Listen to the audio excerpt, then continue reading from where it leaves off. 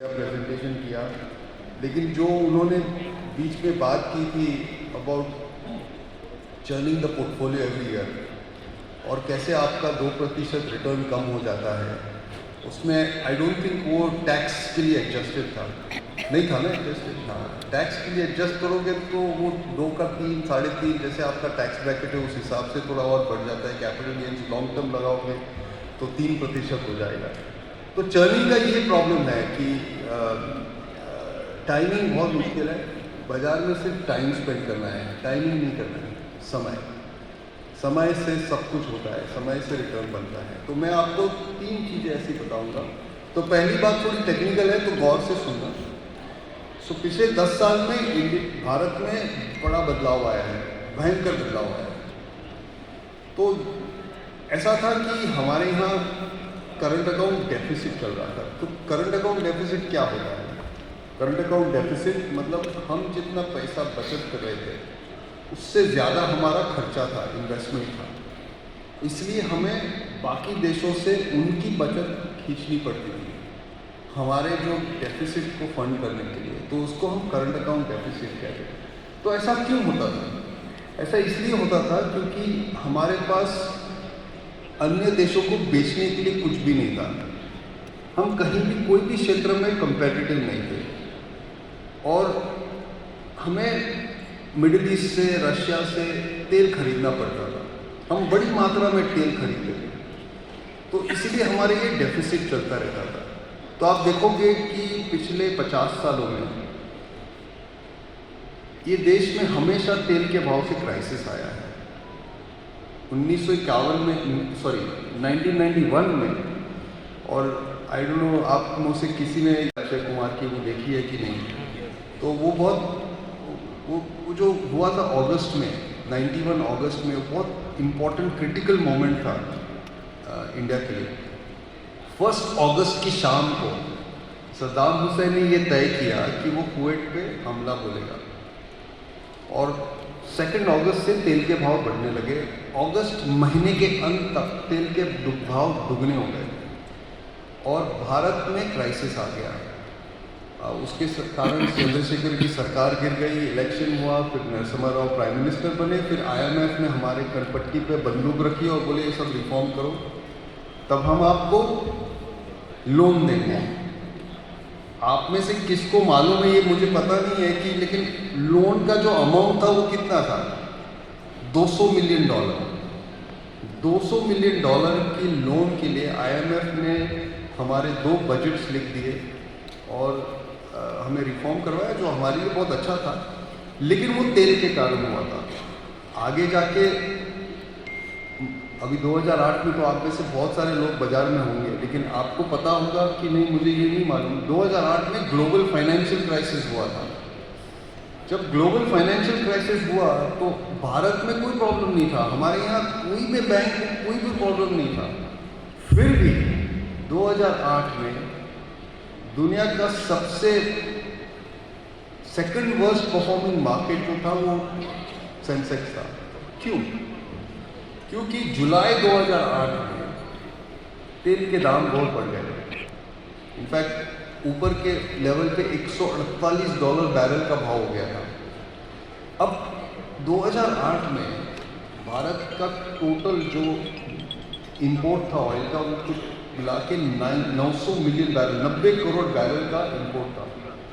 अब 90 करोड़ बैरल के इंपोर्ट पे अगर 148 का दाम लगाओ तो सालाना पूरे साल का इंपोर्ट बिल आपका $140 बिलियन हो जाता है। 2008 में इंडिया की GDP $1 ट्रिलियन की थी, उसमें $140 बिलियन का तेल का इंपोर्ट होता है, 14% होता है। कोई भी दुनिया में आपको ऐसा पैसा नहीं देगा। तो हमारी करेंसी गिर गई, बाजार गिर गया, इंटरेस्ट रेट्स बढ़ गए, इकोनॉमी ठप हो गई। अब आप आइए 2024 में। 2024 में भारत ने 1.5 बिलियन बैरल्स का तेल का इंपोर्ट किया, अराउंड 150 करोड़ बैरल। दाम अब है कुछ $70। टोटल मिला के $100 बिलियन का इंपोर्ट होता है। इकोनॉमी की साइज है $4 ट्रिलियन, 2.5% होता है। अब तेल का दाम अगर दुगना भी हो जाए यहाँ से तो 5% होता है, कोई फर्क नहीं पड़ता। ये कैसे हुआ? ये ऐसे ही चांस से नहीं हुआ है, इसमें पीछे बहुत मेहनत लगी है और इसके बारे में कोई बात नहीं करता है। कोई मीडिया में बात नहीं की है, किसी ने जर्नलिस्ट ने आर्टिकल नहीं लिखा है। पिछले 11 साल से सरकार मेहनत कर रही है ये चीज़ करने के लिए। तो पहले हमने क्या किया कि सब हमारे जो डीजल लोकोमोटिव्स थे, ट्रेनें चलती थी डीजल लोकोमोटिव्स थे, वो सब बंद हो गई, उनको इलेक्ट्रिक कर दिया है। अब आज की तारीख में 95% भारत की ट्रेनें इलेक्ट्रिक मोटर से चलती है, हम डीजल का इस्तेमाल करते ही नहीं। दूसरा, हमारे सब हाईवेज को अपग्रेड किया, हाईवेज तेज होने लगे।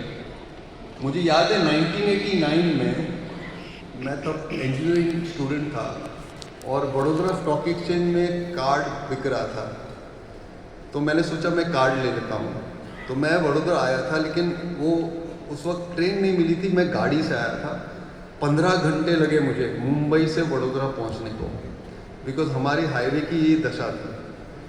आज ऑफकोर्स हम 6 घंटे में पहुँच सकते हैं, मुझे पता है बीच में थोड़ा रास्ता अभी भी ख़राब है, लेकिन बात यह है कि हमने जो हाईवे में अपग्रेड किया है उससे हमारी गाड़ियाँ तेज़ चल रही है, फ्यूल का कंजम्पशन कम हो गया, फास्ट है। अब आप 10 साल पहले जाओ तो हर एक टोल नाके पे 15-20 मिनट आधा घंटा रुकना पड़ता था, आज 30 सेकंड में आप निकल जाते हो। ईंधन की उतना कम आप इस्तेमाल करते हो। फिर जीएसटी, अब ये तो किसी ने सोचा भी नहीं था कि 2017 में जब जीएसटी आएगा उसका कोलैटरल इम्प्लीकेशन ये होगा कि जो ट्रकें स्टेट बॉर्डर पे 10-12 घंटा खड़ी रहती थी टैक्स भरने के लिए, आज वो ऐसे ही चली जाती है और उससे जो हम डीजल की बचत जो करते हैं वो हमारे इथेनॉल ब्लेंडिंग, आज कुछ 20% इथेनॉल ब्लेंडिंग है। इथेनॉल तो देश में ही बनता है, हमको इसके 20% कम तेल लाना पड़ता है। और इलेक्ट्रिफिकेशन, आज की तारीख में 15,000 गांव को छोड़ के सब जगह हमारे 6 लाख गांव में इलेक्ट्रिसिटी पहुंच गई है। तो जो लोग यहाँ बाज़ार में 20-30 साल से हैं उनको पता होगा कि 15-20 साल पहले डीजल जनरेटिंग सेट कंपनीज के ऊपर बहुत सारी तेज़ी होती थी। आज वो डीजल जनसेट कंपनीज रही ही नहीं है, क्योंकि हम डीजल से इलेक्ट्रिसिटी जनरेट करते ही नहीं। तो ये सब कारणों के वजह से हमारा जो डीजल और पेट्रोल का जो उपयोग है वो कम हो गया है और इसके कारण देश के मैक्रो में बड़ा परिवर्तन आया है। अब दूसरी चीज़ जो निकली है, और ये कोविड से निकली थी, कोविड की सिल्वर लाइनिंग कहूँगा मैं इसे, कि कोविड में जो एमएनसी सीईओ था उसको ये समझ में आ गया कि घर से काम कर सकते हैं, और घर से अगर आप काम करते हो तो बेहतर है मुंबई में, बेंगलोर में कर लो, फ्लोरिडा से बहुत सस्ता है। तो कोविड के टाइम पे बहुत सारे ऐसे जॉब्स मुंबई और बेंगलोर आ गए, जिसे हम ग्लोबल सेंटर्स कहते हैं, और पिछले $65 बिलियन का एक्सपोर्ट कर रहे हैं दुनिया भर की एमएनसीज को। 20 लाख लोग वहाँ पे डायरेक्टली एम्प्लॉयड हैं। तो ये दोनों चीज़ों के कारण तेल का इंपोर्ट कम होने से और सर्विसेज के निर्यात से हमारे करंट अकाउंट डेफिसिट कम हो गया है।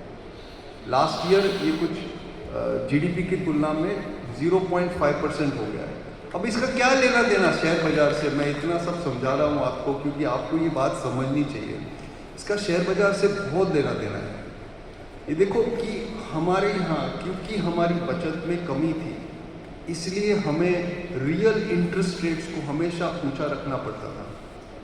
आप जब रियल इंटरेस्ट रेट को ऊंचा रखते हो तो देश में इन्वेस्टमेंट कम होता है, इक्विटी शेयर के दाम पे प्रेशर आता है क्योंकि इंटरेस्ट रेट्स हाई होते हैं।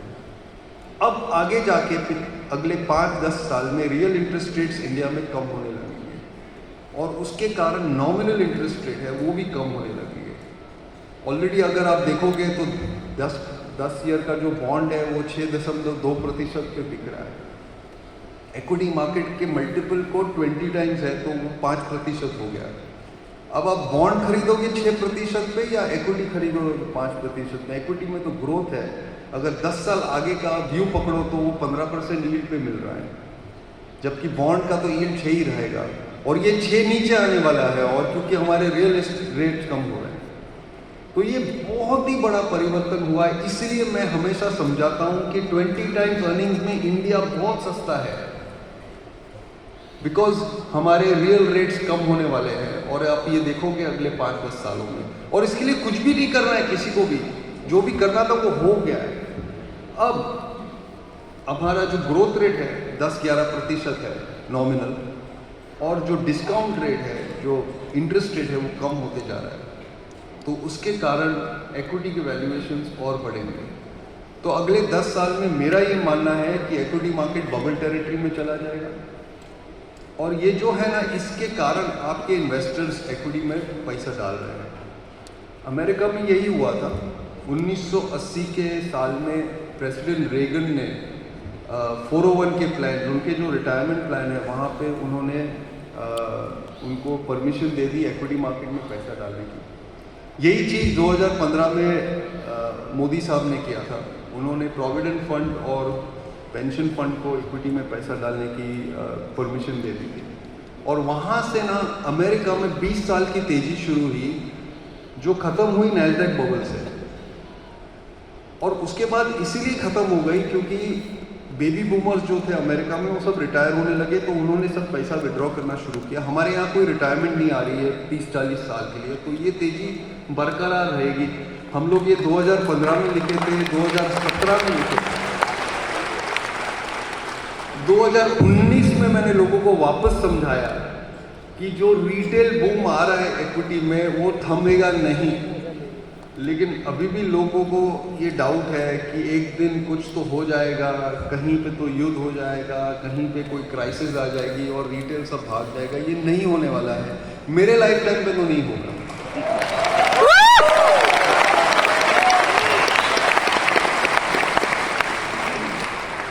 अब और एक चीज़ हुई थी 2015 में, प्राइम मिनिस्टर ने एक चीज़ की थी कि सेंट्रल बैंक को कहा, आरबीआई को कहा कि आप सिर्फ इन्फ्लेशन पे फोकस करोगे।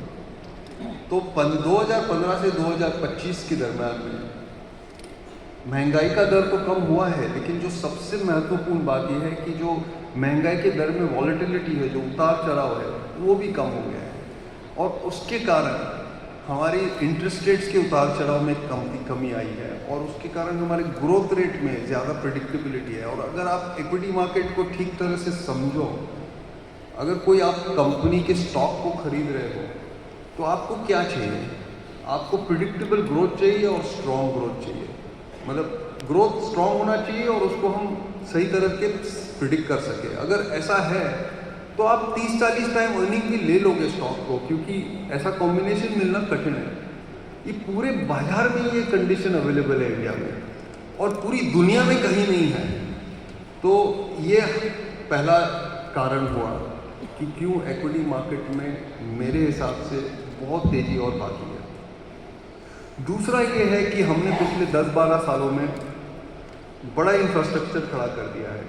तो फिजिकल इंफ्रास्ट्रक्चर तो किया ही है, नए हाईवे बने हैं, नई ट्रेनें आई है, पोर्ट्स बने हैं। अब मैं पोर्ट के बारे में बात करूं, केरला में 2 महीने पहले डीप सी पोर्ट बना है। अब ये जो है ना, पूरी जो हमारे इर्द गिर्द जो ट्रेड हो रहा है ना, उसमें बदलाव आने वाला है। सिंगापुर की क्या खासियत है? सिंगापुर की खासियत ये है कि उनके पास एक डीप सी पोर्ट है। तो जो भी माल चाइना से यूरोप जाता है, या फिर अमेरिका जाता है, या यूरोप और चाइना से जो हमारी टेस्ला की गाड़ी आ रही है, वो पहले सिंगापुर जाती है, वहाँ से छोटे शिप में अनलोड होके इंडिया आती है। अब इसकी ज़रूरत नहीं पड़ेगी। आप देखोगे अगले 5 सालों में सिंगापुर की हालत थोड़ी ख़राब हो जाएगी, क्योंकि ये डीप सी पोर्ट अब केरला में है। सिंगापुर जाने की ज़रूरत नहीं, आप केरला ही आओगे। तो ये इंफ्रास्ट्रक्चर में जो अभी पालघर के यहाँ, पालघर में और एक पोर्ट बन रहा है। भारत ने पिछले 10 सालों में कुछ 75 एयरपोर्ट बना दिए। हम 2 महीने पहले मैंने एक एक्चुअली टेबल बनाया था कि चाइना में पर कैपिटा इनकम 2007 में $2,500 के आसपास हुई थी, जो हमारी आज है। तो हम 17 साल पीछे हैं चाइना में। तो इंफ्रास्ट्रक्चर के क्षेत्र में हम कहाँ हैं? तो मैंने देखा हर एक चीज़ में, आप रेलवे देखो, रोड देखो, पोर्ट देखो, एयरपोर्ट देखो, इलेक्ट्रिसिटी देखो, हम चाइना से बेहतर है 2007 की चाइना की तुलना में। कहीं पे 2010 में है, कहीं पे 2012 में है, कहीं पे 2014 में। तो ये रही फिजिकल इंफ्रास्ट्रक्चर। फिर डिजिटल इंफ्रास्ट्रक्चर के बारे में तो मैं कुछ ज़्यादा बात नहीं करूँगा, हमें सब पता है कि इंडिया का डिजिटल इंफ्रास्ट्रक्चर वर्ल्ड क्लास है। और अब कई देश, मेरा जो इन्फॉर्मेशन है 50 देश को हमारा डिजिटल इंफ्रास्ट्रक्चर कॉपी करना है। यूपीआई ले लो आप, या EKYC ले लो, या आप हमारा जो DBT का सिस्टम है वो सब उठाना चाहते हैं। लेकिन जो सबसे कम बात होती है वो सोशल इंफ्रास्ट्रक्चर की है, और उसमें मैं आपको 2-3 मिनट स्पेंड करना चाहता हूँ क्योंकि ये बहुत महत्वपूर्ण बदलाव आ रहा है। तो 2014 में जब मोदी साहब प्रधानमंत्री बने तो उन्होंने एक कार्यक्रम चलाया था, बेटी बचाओ। अब 2012 में हमारा जो जेंडर रेशियो था बर्थ के समय, जो the gender ratio at birth is, कितनी आपकी गर्ल्स बॉर्न हो रही है और कितने लड़के बॉर्न हो, लड़की और लड़के का रेशियो वो 110 के करीब था। अब नेचुरल एनवायरनमेंट में ऐसा नहीं होता है। नेचुरल एनवायरनमेंट में हमारे पॉपुलेशन के स्केल पे ये 100 के आसपास होना चाहिए, 1:1 होना चाहिए, 1.1 नहीं होना चाहिए। इसका मतलब ये है, और हमें पता है कि लोग गर्ल चाइल्ड को मार रहे थे वूम में, और नॉर्थ इंडिया में भी बहुत बड़ी मात्रा में हो रहा था। सो ये बेटी बचाओ आंदोलन जो चला उससे आज असर आने लगा है, और ये जो जेंडर रेशियो एट बर्थ है वो अभी 1.05 हो गया है, और मेरे हिसाब से ये 1 हो जाएगा, जो 70 और 80 के दशक में था। अब इसमें क्या नहीं, इसका इक्विटी मार्केट के साथ क्या लेना देना? इसका इक्विटी मार्केट के साथ लेना देना ये है कि हमारे जो फर्टिलिटी रेट है वो गिर गई है। पिछले दिनों कुछ रिपोर्ट भी आया था पेपर में। सो रिप्लेसमेंट रेट होता है 2.1, मतलब पर कपल 2.1 चिल्ड्रन, और हमारा अभी 2 हो गया। इसका क्या इंपॉर्टेंस है वो भी मैं आपको समझाऊंगा। और तीसरी जो चीज़ हुई है वो है कि जो फीमेल पार्टिसिपेशन वर्कफोर्स में है, हमारे यहाँ बहुत कम होता था। आज से 5 साल पहले सिर्फ 27% था। सो सिर्फ 27% एडल्ट विमेन वर्कफोर्स में थे, वो अभी 6% से बढ़ के 33 हो गया। अब इन चीज़ों का क्या लेना देना बाजार के साथ? अब ऐसा है कि 1960 के दशक में जापान ने पिल इन्वेंट किया था, जिसके कारण आप बर्थ कंट्रोल कर सकते हो, बर्थ कंट्रोल पिल। वो जापान में तो इस्तेमाल हुआ नहीं, लेकिन अमेरिका में हुआ था। और उसी समय फ्रिज आ गया, वॉशिंग मशीन आ गया और माइक्रोवेव ओवन आ गया। तो अमेरिका में 1960 के दशक में जो घर में जो फीमेल थी वो घर में ही रहती थी, खाना बनाती थी, कपड़ा धोने का काम होता था और बच्चे संभालने का काम। जैसे ही ये 4 चीज़ें हुई, अब खाने वाने की ज़रूरत नहीं थी, आप फ्रिज में स्टोर कर सकते हो, माइक्रोवेव में गर्म कर सकते हो, और कपड़ा आपका वॉशिंग मशीन धो रहा है, और मैं पिल से बर्थ कंट्रोल कर सकती हूँ। तो जो फीमेल पार्टिसिपेशन अमेरिका की वर्कफोर्स में था वो बहुत बढ़ गया है। क्या होता है कि अगर आप कोई भी देश की पॉपुलेशन को देखो तो 50% मेल होते हैं, 50% फीमेल होते हैं। ज़्यादातर फीमेल काम नहीं करते, सिर्फ 50% का आपका वर्कफोर्स पार्टिसिपेशन होता है। इसलिए आपका जो इकोनॉमी की साइज़ है, जो ग्रोथ है, वो बढ़ नहीं सकती है। जैसे ही फीमेल्स आते हैं वर्कफोर्स में, ये ग्रोथ रेट आपका बढ़ जाता है। भारत में अब ये हो रहा है, अब तक नहीं हुआ था। तो आगे जाके हमारा ग्रोथ पोटेंशियल बढ़ेगा क्योंकि females are joining the workforce, and this is been 10-12 years in the making. It started with the reduction in female feticide, the reduction in the fertility rate, and the increased participation of female in the workforce. It's a social revolution which is unprecedented. And this will help you make more money in the stock market. जो तीसरी चीज़ हो रही है वो ये है कि और आप में से कई यहाँ पे वो बैठे हो सब एंटरप्रेन्योर्स हो, लेकिन पिछले साल अब मैं बहुत टूरिंग करता हूँ भारत के अंदर, और मेरा सिर्फ एक ही मकसद होता है, नए नए बिजनेसमैन को मिलूँ, नए नए एंटरप्रेन्योर्स को मिलूँ। तो पिछले साल मैंने कुछ 40-50 ऐसी कंपनीज़ को मिला था। ये सब लिस्टेड कंपनीज नहीं है, छोटी छोटी प्राइवेट कंपनीज है, लेकिन एंटरप्रेन्योर के पास एक आइडिया है और वो आइडिया को बना रहा है एक धंधे में, और ऐसा मैं सब जगह देख रहा हूँ। अब हमारे एक इन्वेस्टर कॉन्फ्रेंस हुआ था जहाँ दुनिया भर से इंस्टीट्यूशनल इन्वेस्टर आते हैं।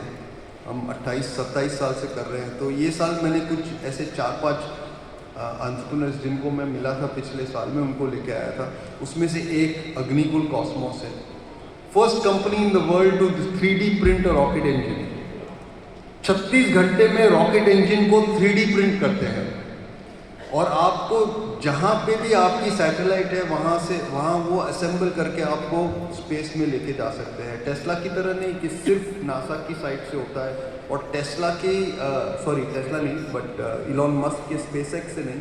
स्पेसएक्स पे अगर आपके छोटे सैटेलाइट को आपको उड़ाना है तो 3 साल का वेटिंग पीरियड है। अग्निकुल आपको 3 महीने में एक रॉकेट दे देगा। फिर दूसरी एक कंपनी है जो दुनिया की पहली सैटेलाइट बना रही है जिसमें दोनों रडार और कैमरा होंगे। सैटेलाइट में या तो रडार होता है या तो कैमरा होता है, दोनों साथ में होते नहीं हैं। टेक्नोलॉजी प्रॉब्लम है, हम लोग वो टेक्नोलॉजी सॉल्व कर रहे हैं। एक तीसरी कंपनी है जो आपके सिर्फ एक छोटे से ब्लड टेस्ट से, सिर्फ 1 मिलीलीटर ब्लड से आपको बता देंगे आपको 1 साल में कोई भी कैंसर होने वाला है कि नहीं। ये रेवोल्यूशन इंडिया में हो रहा है, या ये मुंबई में है। तो कई दशक तक, क्योंकि मैं शेयर बाजार में 1985 से हूँ, तो पहले 3 दशक मुझे कोई नया एंटरप्रेन्योर नहीं दिख रहे थे। वही थे बिरला, टाटा, धीरूभाई, वही लोग थे। नए कोई लोग आ ही नहीं रहे थे। एक इन्फोसिस आया था और ऐसे 2-3 नई कंपनीज आई थी, लेकिन अब जो हो रहा है ना, कंप्लीटली डिफरेंट है। आपको जो अगले 10-15 साल में इतनी सारी नई कंपनीज आएंगी बाजार में, और नई कंपनीज के आने से आपको रिटर्न्स बढ़ते हैं और चॉइस मिलता है इन्वेस्टर्स को, म्यूचुअल फंड्स को चॉइस मिलता है। तो ये चीज़ हो रही है। तो ये 3 चीज़ जो भारत में हो रही है, पहले कि हमने करंट अकाउंट डेफिसिट को कम कर दिया है, उसके कारण रियल रेट्स नीचे जा रहे हैं और उसके कारण इक्विटी रिटर्न्स बढ़ेंगे। दूसरा, हमने जो इंफ्रास्ट्रक्चर में बदलाव लाए हैं, और ख़ास करके सोशल इंफ्रास्ट्रक्चर में। और तीसरा, द एंटरप्रेन्योर ज़ील जो हम देख रहे हैं, ये तीनों के कारण मेरा ये मानना है कि शेयर बाज़ार की तेज़ी तो अभी भी बहुत नहीं है, ये और 20-30-40 साल चलेगी, और आपके इन्वेस्टर्स को कुछ भी चर्न करने की ज़रूरत नहीं है, बस समय का मामला है।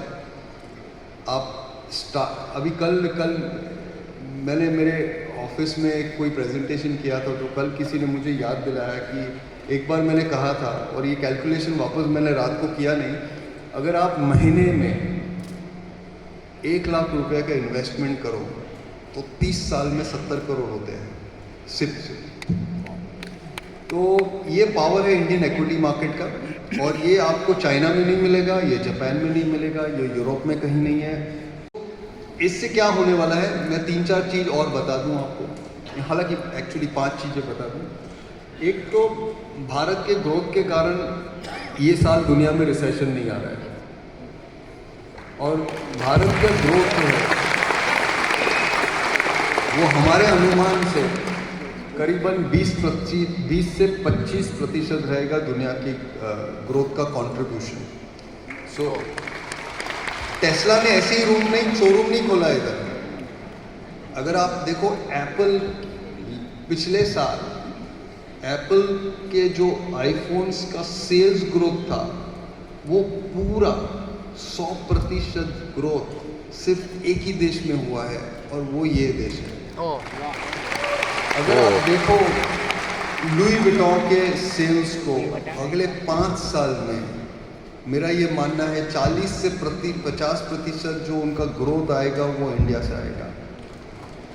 BMW, मर्सिडीज, सैमसंग, कोई भी आप ग्लोबल कंपनी पकड़ लो, उनके पास और कोई चारा ही नहीं है, उनको यहाँ आना ही पड़ेगा, क्योंकि उनके जो रेवेन्यू ग्रोथ है, उनका जो प्रॉफिट ग्रोथ है, वो यहाँ से ही आने वाला है। तो ये एक सबसे बड़ी चीज़ है जो आप देखोगे। हम जाते थे पहले 10-20 साल पहले सब फॉरेन जाते थे शॉपिंग करने के लिए, क्योंकि भारत में कुछ नहीं मिलता था। आज आपको कहीं जाने की ज़रूरत नहीं है, आप यहीं पे मिलेगा, क्योंकि सबको यहाँ आना है। दूसरा जो बदलाव आ रहा है वो ऊर्जा के क्षेत्र में है। तो ऊर्जा में ऐसा है कि भारत का जो पर कैपिटा डेली कंजम्पशन है वो कुछ 850 वाट के आसपास है। तो आपके घर में 100 वाट का बल्ब होगा, ऐसे 8 बल्ब बराबर हमारा प्रतिदिन प्रति व्यक्ति का कंजम्पशन है। अब अमेरिका में ये जो नंबर है वो 9000 वाट है, हमसे 11 गुना करते हैं। जापान में 10,000 है और यूरोप में भी 10,000 है। 10 से 11 गुना हमारा उनका कंजम्पशन है। तो हमारे यहाँ ऊर्जा के क्षेत्र में बहुत बड़ा बदलाव आ रहा है। ये जो 850 है वो अगले 5-7 साल में 1500 हो जाएगा और फिर 1500 से 3000 हो जाएगा। और ये इसीलिए हो रहा है क्योंकि हमारे सबके पास अब ऊर्जा की एक्सेस है और इसके कारण ऊर्जा की कंजम्पशन बढ़ने वाली है। तो ये एक आपको बदलाव दिखेगा अगले 5-10 सालों में। तीसरा जो मुझे लग रहा है, मैन्युफैक्चरिंग में थोड़ा सा बदलाव आएगा, क्योंकि ये जो सब कंपनीज है जो आ रही है, अभी उनको ये तय करना है, अभी टेस्ला को तय ये करना है कि वो टेस्ला की गाड़ी जो यहाँ शोरूम में बेच रहे हैं वो आप अमेरिका से लाओगे या चीन से लाओगे या भारत में बनाओगे। तो ये एप्पल ने तो तय कर लिया, एप्पल ने तो ये भी तय कर लिया कि भारत के जो सेल्स हैं वो तो भारत से हम भारत की फैक्ट्री से भेजेंगे, लेकिन जो अमेरिका में भी बिक रहा है वो भी हम भारत की फैक्ट्री से बेचेंगे। वाह!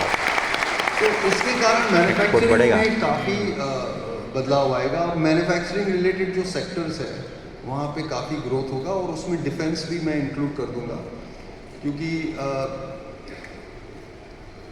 ऐसा है कि अब जो अप्रैल में जो युद्ध हुआ उसका सबसे बड़ा जो टेक अवे ये है कि भारत ने पिछले 10 सालों में डिफेंस में कुछ कमाल का काम कर दिया है। अब 2 दिन पहले आर्मीनिया ने हमसे मिसाइल्स खरीद ली है। कोई देश हमसे कुछ डिफेंस की इक्विपमेंट नहीं खरीदते, हम दूसरों से खरीदते थे। हम रशिया से लाते थे, जापान से, फ्रांस से लाते थे, अमेरिका से लाते थे।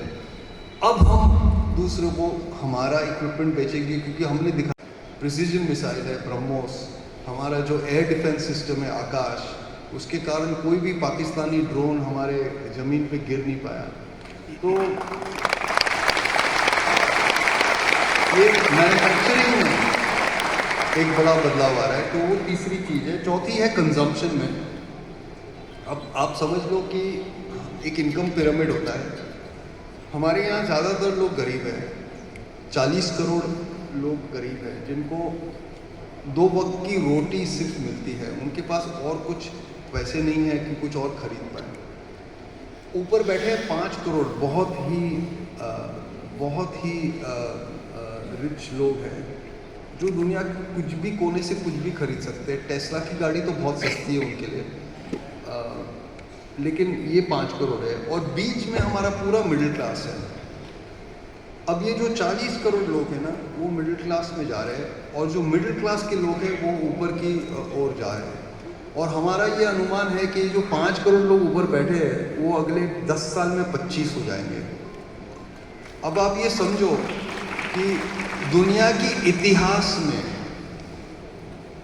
ये हुआ नहीं है 5 टाइम्स।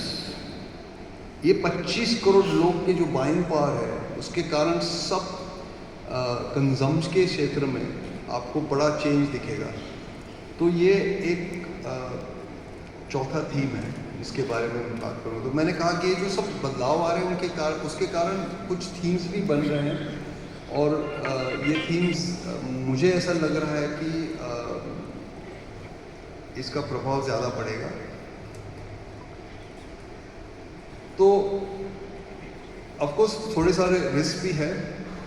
ऐसा नहीं है कि भारत में सब ठीक चल रहा है, कुछ कुछ हमें काम करना बाकी है। जैसे जुडिशरी कैपेसिटी नहीं है हमारे पास, वहाँ पे करना है। हमारे कृषि क्षेत्र में काम करना बाकी है। हमें थोड़ा सा AI से डरा रहना चाहिए। बिटकॉइन का एक रिस्क है, तो ये थोड़े रिस्क तो फैक्टर्स है। मैं उन पर ज़्यादा गौर नहीं करूँगा, क्योंकि मेरा ये मानना है कि बहुत तेज़ी है, ये रिस्क फैक्टर्स एब्जॉर्ब कर लेंगे हम। सो आई थिंक और एक 5-1 मिनट बाकी है, तो मैं यहाँ पे I just stop to see अगर किसी को can we take question, should we, if there are any questions.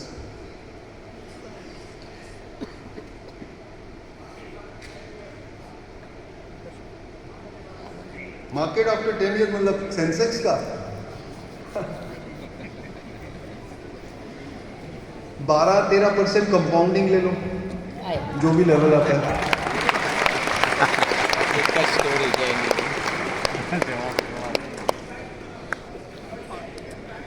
Sorry, tariff impact.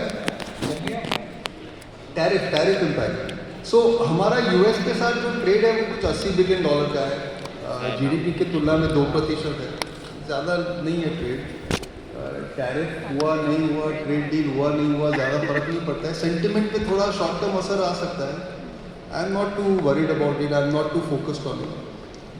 It is not very relevant to India, but for Trump it is very relevant because he wants to show that he has done a deal. So हो जाएगा, I think। अब थोड़ा अटका हुआ है। I think they are dealing with dairy and agri products, but hopefully it will be through the door in the next few days. I would rather focus on the GST rate cut that could come. I think in the next 2-3 months we should get a major rationalization of GST, and that could be a big kicker for the market, big kicker for the economy.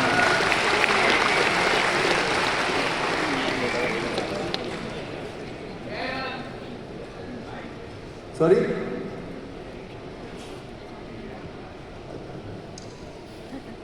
India की economy और US की economy में at par कब तक आएगी? India कब US के बराबर होगा? मैं समझा नहीं। Sir, India की इकोनॉमी और US की economy, when both of them will come at par? That is what the question is. When will they come at par? नहीं, पहले चाइना के लेवल पे तो पहुंचो, वो ज़्यादा जल्दी हो जाएगा। आई थिंक चाइना की इकोनॉमी अगर आप देखो नॉमिनल बेसिस पे 4-5% ग्रो कर रही है, और भारत की 10-11% हो रही है। तो आप हिसाब लगा लो, चाइना की $17 ट्रिलियन की है, हमारी 4 है।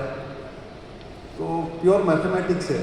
We will cross China at some point in time. I think I will be alive that time. US, I don't know if I'll be alive. The US is a very, very good country in terms of the way it is run. Now, all of you should know there is a major problem, and that is of the loans. And I didn't speak about this, but I'm expecting a major loan growth in India. So one more theme is financials, which I think will do very well. And that is because our starting point on loans is very small. Private debt to GDP is only 75%. So this number can go to 100 in the next 10-15 years. And that means there's going to be a lot of credit growth for banks. And so banks and lenders should do very well. Financial services should do very well. The US has got 270% debt to GDP. China is 330%. They've all, so what is debt? आप कर्जा समझ लो, कर्जा क्या होता है? आपने अपना जो फ्यूचर इनकम है उसको आपने खर्च कर दिया, वो आपका कर्जा है। अब आप फ्यूचर में आपके इनकम से वो कर्जा को आप प्रीपे करोगे। सो इमेजिन ये कंट्रीज ने 3 गुना अपनी GDP का फ्यूचर ऑलरेडी खर्चा कर दिया है। तो ये बहुत बड़ा रिस्क है, पूरी दुनिया पे रिस्क है। US पे रिस्क है, चाइना पे रिस्क है, और इसका भारत पे थोड़ा असर भी होगा, क्योंकि हम बाकी देशों के साथ जो हम ट्रेड करते हैं उस पर असर आएगा। तो देखते हैं कैसे होता है। लेकिन US काफ़ी आगे है, चाइना को हम पार कर सकते हैं। One last question, please. Can we have the mic for the gentleman here?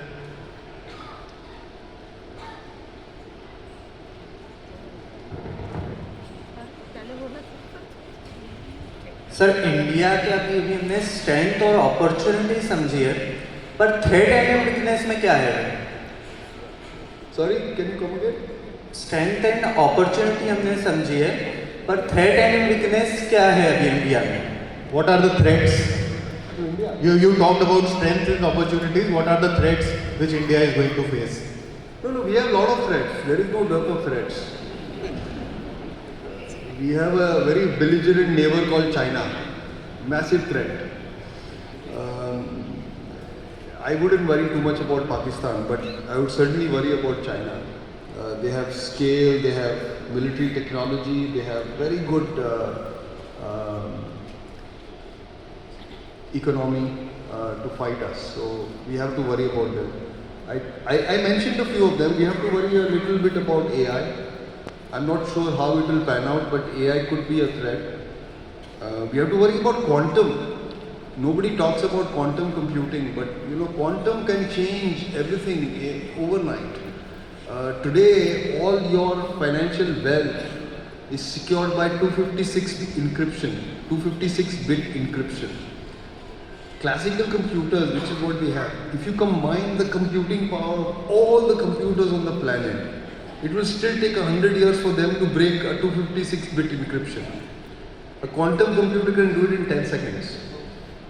So we could wake up tomorrow morning with zero bank balance, zero NSDL balance, zero balance everywhere. All electronic entries can get wiped out. So imagine what a threat that can be. But you know, I don't want to focus too much on this because the thing is that we have shown as a country great resilience to overcome threats. So we will do that again and again. I think as he presented, there are so many more people out there who are not investing in the equity markets. And they are missing out on a major wealth creation opportunity. So instead of scaring them with threats, we should show them only the opportunity. Threats you should keep in your mind. So let me summarize. I think India is on a very strong growth path. It has experienced a decline in its current account deficit, which will reduce the volatility of future growth and will likely bring down real interest rates. And this is very good news for equity investors. It is building infrastructure quite rapidly, and the social transformation is very exciting for the stock market. And we have a set of entrepreneurs who I think will give us businesses that will compound. And that I think sets the stage for a pretty rosy period, notwithstanding the risks and threats. I think the key is to stay invested, spend time in the market, and the result will unfold as we go forward. Thank you very much for your attention. Thank you, sir. I just give a round of applause to you, sir. May I request you to please stay on the stage? And